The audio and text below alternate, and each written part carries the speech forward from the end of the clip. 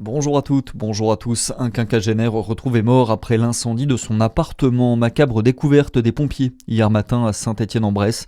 Lorsque les sapeurs arrivent sur place vers 10h30, le feu est déjà éteint. Et en inspectant les lieux, ils découvrent le corps sans vie de cet homme de 55 ans. On ignore pour l'heure les raisons de son décès et les causes exactes du départ de feu.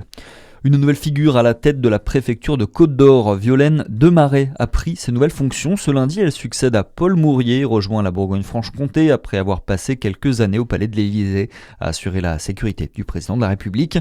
Une première cérémonie officielle en terre dijonnaise pour la haut fonctionnaire. Premier micro tendu aussi pour recueillir ses impressions. Écoutez. Je suis ravie, j'ai un accueil qui est excellent. Donc je suis très enthousiaste et ravie de retrouver le terrain après 2 années passées en dehors des préfectures et de l'État territorial.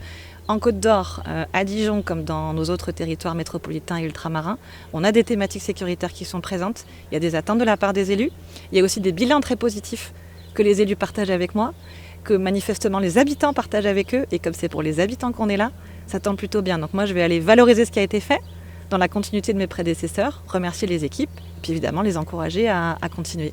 Des propos recueillis par Charlie Chevasson. La direction de la société Air Bourgeois à Besançon a invité ses salariés à cesser le travail. Hier, un débrayage d'1 heure suite à un appel de la Fédération européenne des industriels de construction de moteurs électriques. Les sociétés du secteur s'inquiètent de l'instabilité économique qui les touche actuellement. Si aucune mesure n'est prise, l'entreprise byzantine, qui emploie plus de 1000 personnes dans le Doubs, pourrait fermer ses portes d'ici 5 à 10 ans.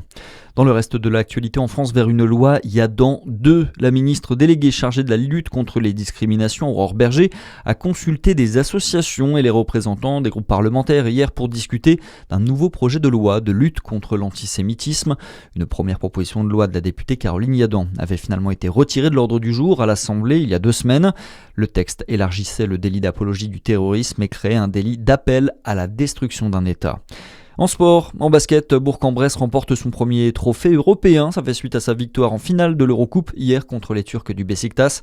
Score final 73-71. En football, match entre 2 poids lourds de la compétition. Hier, le PSG a battu le Bayern Munich en demi-finale aller de la Ligue des Champions au Parc des Princes.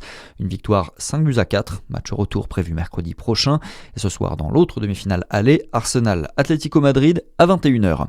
Et puis, une grève pas comme les autres, celle des ultras du DFCO, les Lincoln's Boys, ont annoncé qu'ils resteront silencieux sur le premier quart d'heure demain à l'occasion du match face à Châteauroux.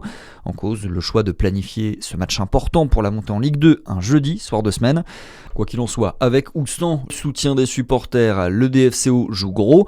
En cas de victoire, les Dijonnais seront officiellement promus en Ligue 2. C'est tout pour l'essentiel de l'actualité. À suivre, votre météo sur Fréquence Plus.